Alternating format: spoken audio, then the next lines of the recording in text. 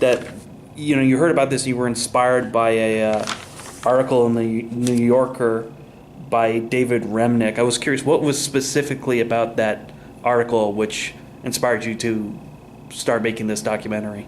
So I was traveling around with my last film, Cartel, and ISIS was sort of becoming front page news, and I started reading sort of voraciously about the group and trying to understand if there was a film to be made. And so when I read this article by David Remnick, I just knew that this was a very humane way into the story, and I wanted to keep making character-driven documentaries about people on some sort of journey, and this had the trappings for such a story. And so I reached out to the group through a nonprofit that we shared in common, and started filming about a week later.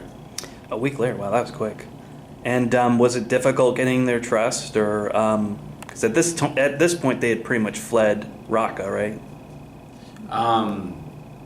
Some of them had. Most of them had. Yeah. Mm-hmm. So I knew that the sort of through line of the film would be this exodus away from Syria to Turkey, and then ultimately to Europe. And then I'd constantly be cutting back and forth to this amazing treasure of footage that they had from within Raqqa. And that was also one of the most difficult parts of the film, was trying to seamlessly integrate my own footage with this amazing archival footage that they gathered, and that they're continuing to gather as we were filming. Mm-hmm. But what was interesting is that the film became, at least for me, much more than that story. It became a story of this sort of information war between ISIS and this group, Raqqa is being slaughtered silently, a sort of war of ideas, a war of propaganda. It became an immigrant story of these guys who are being forced to flee. It became a story of rising nationalism in Europe. It also became a story of trauma and the cumulative effects of trauma that we see, quite vividly in the end of the film. Yeah, absolutely. And the end of the film, has one of the most unforgivable moments when you see, one of the reporters, falling asleep and then waking up as his phone falls to the floor. It's something I can relate to, just sort of waking up all of a sudden. And because, you have to respect these journalists because, the specter of death is always hanging over them. And yet they still are dedicated to doing their jobs. And, you said that they were still compiling footage. The footage you got in this film is amazing. It's amazing that, people managed to get it out of Raqqa, because it's just devastating footage. And that you were still adding stuff in to like a month before the film's screening at Sundance. When did you finally sort of like lock the picture into place? Yeah, right before Sundance. It was a very fast edit. We didn't really start editing until August, and then finished in sort of late December. That's sounds pretty quick for a documentary. It was quite fast. Yeah, because it's just there's a lot of stuff to sort there and everything, and just some. It's great to see how open they were to being filmed. And it must have been hard for them in terms of two of the brothers. They get a video of their father being executed, which is just devastating to witness. Was there a point where they were like, "This is too much. Can we take some time out or from being filmed?" Yeah, I wasn't with them 24/7. I was with them for certain amounts of days or weeks per month. And that the amount of time I spent with them was a huge part of gaining a rapport, gaining a sense of trust, to allow me to get those very intimate moments. I really think that time spent is key. So many of these scenes never would have happened if I just knocked on their door for a couple of days and said, "Can I hang out with you?" They happened after weeks and weeks and weeks and months and months and months of sort of trust building. Yeah.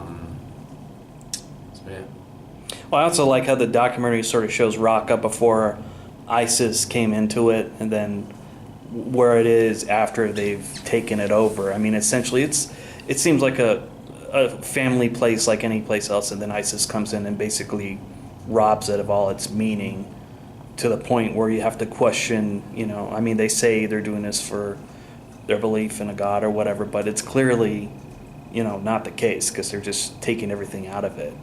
And I mean, was there any footage that you got from there that you were not able to include for one reason or another? I mean, I think, between the footage that came from the group themselves and footage that we gathered from ISIS online, there's some pretty gnarly stuff that we sifted through. And that was very much a balancing act in the edit room of sort of how much to include. And I think for me, I really wanted to show the horror of what it's like to live in Raqqa, to humanize it, to allow audience members to feel like what it's like to walk out your front door and see a crucified body, to see beheaded bodies. It's really unimaginable to think about that. And so it was important for me to show that out of respect for what the people of Raqqa live with every single day. At the same time, didn't want to sort of have people run out of movie theaters when they saw the film, so it was very much balancing those two forces, and hopefully, Yeah, balancing those two forces must have been tricky, because, I mean, it's graphic, but, it's something that needs to be shown, because, you can't really imagine that stuff, and it's, it's hard to witness, but, these guys are clearly shedding the light. The Raqqa group is shedding the light on what's going on there and how horrific it is. And it is truly horrific. And you feel the danger these reporters are in, even when they're not in the town, even when they're far away. And it's interesting because, what's your connection with the 4 reporters these days? Do you still talk to them quite a bit? Yeah, I'm still in touch with them. Mm-hmm. Very much. Good. And you've been trying to get this documentary shown in Syria, right? Are you still trying to do that? I think once the film goes online, these things sort of have a organic way of getting around the globe. That's true. Yeah. So I'm not too worried about the film getting ripped and put on BitTorrent sites and then therefore downloaded in Syria. That's a good point. I mean, as much as we complain about bootlegs and stuff, at least with a movie like this, it almost helps. Almost, yeah. And the other interesting thing is sort of like, I think someone said that ISIS had sort of gotten all these filmmaking techniques to where they made their films look like Michael Bay films almost, which is odd. I mean, did you ever have to, because in your filmmaking techniques, you sort of just take whatever you can get your hands on, right? But they seem to have technologically advanced filmmaking equipment. Is that what you came to discover? Not just equipment. They full-blown studios and editors and directors and shooters and state-of-the-art equipment and jibs and cranes and one of their biggest weapons was media, was the use of media, the perversion of media, to disseminate their ideology all across the world, which they've done successfully. And so that's why the work of RBSS to counter this narrative, to show the reality as opposed to this sort of glorified, fictionalized account of sort of state building and this prosperous safe haven for Muslims around the world, when the exact opposite was happening on the ground. Daily human rights violations and horrific acts of violence, which were exposed by this group. Absolutely. Perversion of media seems to be happening all around the world, but in this part of the world, it's especially telling because ISIS is doing everything they can to shut down any aspect of what these journalists are doing. They're not really succeeding, which is good. And essentially, the group that the journalists are a part of, that's still going strong today, correct? Yeah. Mm-hmm. The reality on the ground in Raqqa is quite different, though. It is. Mm-hmm. Over the past couple of months, there's been a ground battle to get rid of ISIS in Raqqa, spearheaded by the U.S. after months and months and months of air assaults, bombing the city, and most likely in the next couple of weeks or a couple of months, the Syrian Democratic Forces, which are a conglomerate of a few different militia groups, again funded and supported by the U.S., coordinated by the U.S., will most likely get rid of ISIS in Raqqa. Two other things that are pertinent. One, that these air assaults over the past couple of months, we have killed more civilians, exponentially more civilians than ISIS itself, in this effort to get rid of ISIS in the city of Raqqa. And then two, that as Aziz and the members of this group have taught me in making the film, bombs are not going to fix ISIS. Weapons are not going to fix ISIS. ISIS is an ideology that has been, of which an entire generation of children have been indoctrinated into believing, and this ideology again has been exported all across the world. And so we as citizens, we as journalists, we as governments need to figure out ways to combat this ISIS as an idea, as opposed to simply thinking that we can bomb our way or shoot our way to fixing it. Yeah, that's a good point. I mean, the ideology seems to be the biggest thing to fight against, because it's strong in any sort of religion or any sort of thought process. And because it's scary to think, but it's not hard to believe that a lot of children are still being indoctrinated into this process. And your previous documentary was Cartel Land, and I imagine, both documentaries looked like they were very dangerous to shoot. But was shooting this film, City of Ghosts, more dangerous than Cartel Land, or was it vice versa? Totally different. Cartel Land was very physically dangerous. I was in shootouts, I was in meth labs, I was in torture chambers, places that you could never, at least I could never imagine being in. And so it was terrifying. But once I got home, I felt safe. I felt like I was out of the danger. This film was much different. I never saw ISIS. I never saw guns. I never saw blood. I never saw directly dead bodies. But being in these safe houses with these guys, being on the run with these guys as they're being hunted by ISIS, there's sort of the omnipresent fear of ISIS all around us, but we couldn't really see it.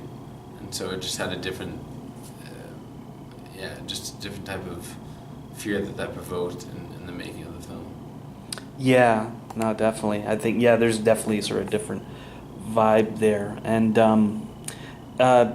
for you, there are some moments where it must have been tough for you emotionally to film, because I think there were some points you really wanted to comfort these guys. I think we all did, because they really were just sort of suffering. Even as they were getting further and further away, the world feels like it's getting smaller and smaller for them. How difficult was it to sort of balance out being professional about filming the documentary and wanting to comfort these guys when their spirits were low? That's a tightrope that I walk all the time.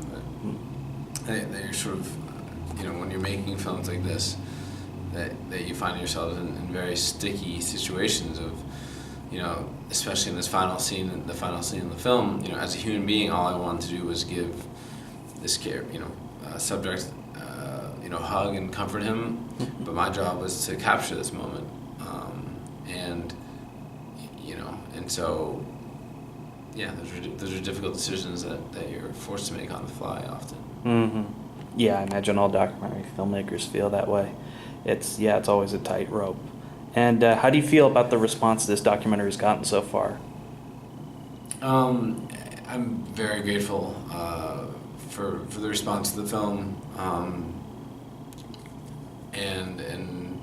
to the members of RBSS who've again risked their lives to help spread this story to the world.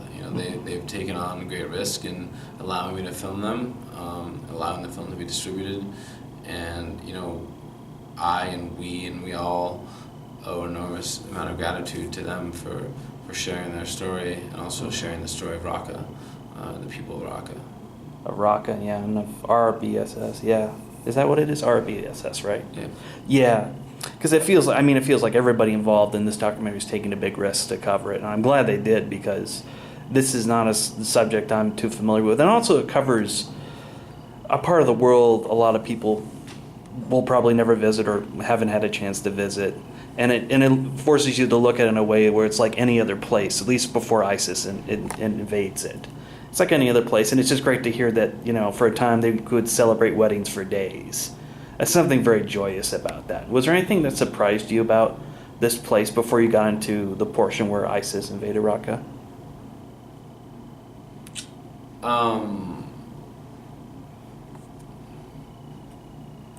No, I think